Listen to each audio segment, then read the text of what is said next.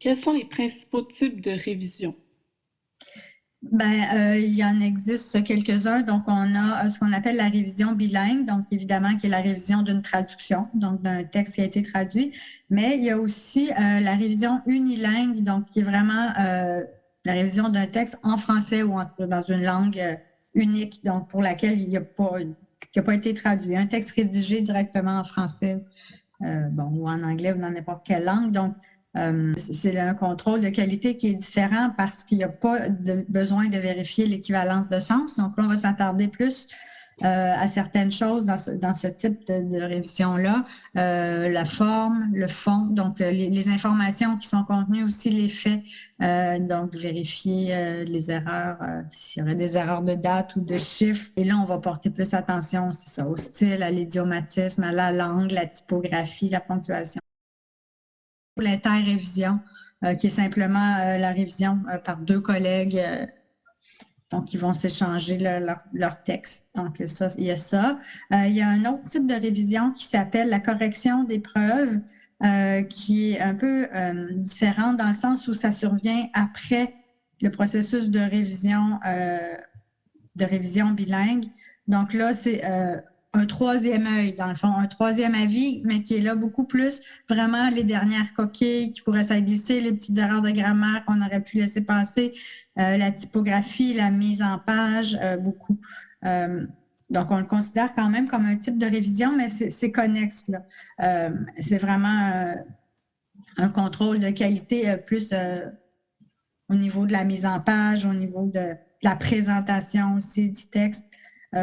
Parce que le réviseur linguistique ne va pas nécessairement s'attarder à ça, tandis que le correcteur d'épreuve a certaines compétences. Donc, selon où ça va être publié, bon, si c'est sur un site web, dans un magazine. Donc, il y a certains critères propres à toutes ces publications-là que le correcteur d'épreuve va connaître. Donc, c'est un peu une spécialité un peu plus pointue, si on veut, de la révision. Puis on pourrait inclure là-dedans aussi la post-édition, mais qui se trouve plutôt à être un hybride entre la traduction et la révision, mais on peut le placer là parce qu'il s'agit quand même d'une forme de contrôle de qualité puis de vérification du texte. Dans certains cas où la sortie machine ne serait pas convenable, là, il faut proposer une autre solution. Donc, c'est pas simplement de la révision. Là, il faut faire appel à nos compétences de traducteur pour proposer une solution plus adéquate. Donc, dans le cas où le segment serait passé à côté, parce que ça arrive souvent, là, il ne tient pas nécessairement compte du contexte. La machine ne réfléchit pas nécessairement. Des fois, il va prendre les mots au sens propre alors qu'il faudrait les prendre au sens figuré ou l'inverse. Donc, c'est pour ça que c'est pas juste la révision, ça inclut quand même une certaine forme de traduction, de reformulation quand ça s'impose. Il faut absolument que le travail de post-édition soit confié à un langagier, que ce soit un traducteur ou un réviseur, pas à juste une personne simplement bilingue là, qui n'aurait pas les compétences textuelles. C'est pas écrit nulle part que tu n'as pas le droit de faire ça, mais si tu n'as pas les compétences qu'il faut, tu le fais pas.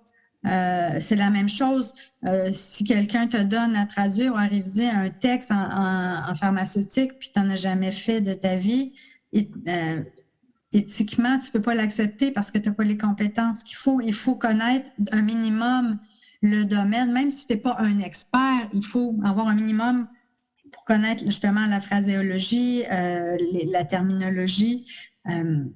Donc, c'est un peu la même chose. Mais je te dirais la grande majorité des traducteurs ou des réviseurs vont toujours travailler vers leur langue maternelle, mais il y en a des gens, qui sont vraiment compétents, une très forte compétence dans les deux sens, mais je pense qu'il n'y en a pas énormément, mais ça existe. Puis, il y a aussi l'autorévision, qui est effectivement la révision par le traducteur lui-même de son propre texte. Donc, mais on le classe aussi comme dans un mode de révision parce que c'est la même démarche ou à peu près que si c'était un texte d'une autre personne. Donc, la démarche est la même. C'est pour ça qu'on le considère aussi donc faire partie des types de révision.